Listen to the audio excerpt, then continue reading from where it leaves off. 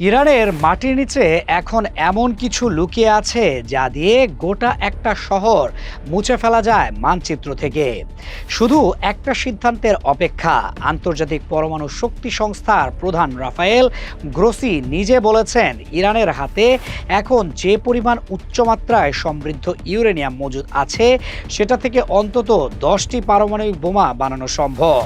আর মার্কিন গোয়েন্দা সংস্থাগুলো বলছে, ইরান চাইলে মাত্র এক সপ্তাহেরও কম সময়ে সেই বোমার জন্য প্রয়োজনীয় জ্বালানি তৈরি করে ফেলতে পারে।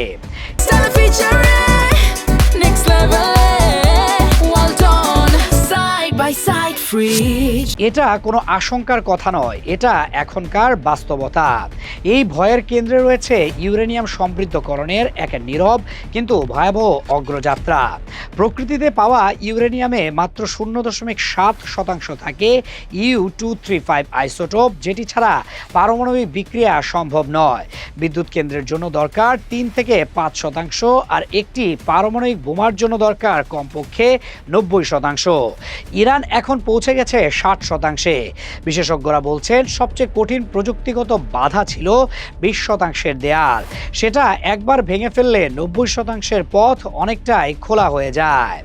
ইরান সেই দেয়াল কবেই ভেঙেছে, এখন দাঁড়িয়ে আছে একেবারে শেষ দরজার সামনে। আন্তর্জাতিক পরমাণু শক্তি সংস্থার হিসাব আরও শিউরে ওঠার মতো। যুদ্ধ শুরুর সময় ইরানের হাতে ছিল প্রায় 440 কেজি 60% সমৃদ্ধ ইউরেনিয়াম। এর বাইরে রয়েছে আরও 1000 কেজি 20% মাত্রার এবং 8500 কেজি কম মাত্রার ইউরেনিয়াম। এই পুরো মজুদ রাখা হয়েছে ইস্পাহানের মতো ভূগর্ভস্থ সুরক্ষিত স্থাপনায়, যেখানে গত বছর বারবার বিমান হামলা হয়েছে, তবু থামানো যায়নি কিছুই। বোমা ফেলেও যাকে ধ্বংস করা যাচ্ছে না, সেই স্থাপনার ভেতরে কি তৈরি হচ্ছে সেটা নিয়ে উদ্বেগ এখন তুঙ্গে। 2015 সালের পারমাণবিক চুক্তিতে ইরানকে সমৃদ্ধকরণ 3.67%-এ বেঁধে রাখার কথা ছিল। মজুদের সীমা ছিল মাত্র 300 কেজি। সেই চুক্তি ভাঙার পর তেহরান একে একে প্রতিটি লক্ষণ রেখা মারিয়ে এখন এমন জায়গায় এসে দাঁড়িয়েছে যে পশ্চিমা দুনিয়া রীতিমতো দিশেহারা। ট্রাম্প দাবি করছেন, ইরান উচ্চমাত্রার ইউরেনিয়াম হস্তান্তরে রাজি হয়েছে। তেহরান সেই দাবি মুহূর্তেই উড়িয়ে দিয়েছে। ইরানের প্রস্তাব হলো সরাসরি হস্তান্তর নয়, বরং প্রাকৃতিক ইউরেনিয়ামের সাথে মিশিয়ে মাত্রা কমিয়ে আনা। পশ্চিমারা সেটা মানতে নারাজ, কারণ মেশানো যায়, আবার আলাদাও করা যায়। ইরান বলছে সব শান্তিপূর্ণ, বিদ্যুৎ আর চিকিৎসার জন্য। কিন্তু পৃথিবীর কোনো বিদ্যুৎ কেন্দ্র 60% সমৃদ্ধ ইউরেনিয়ামে চলে না। এই সত্য আর লোকানোর জায়গা নেই।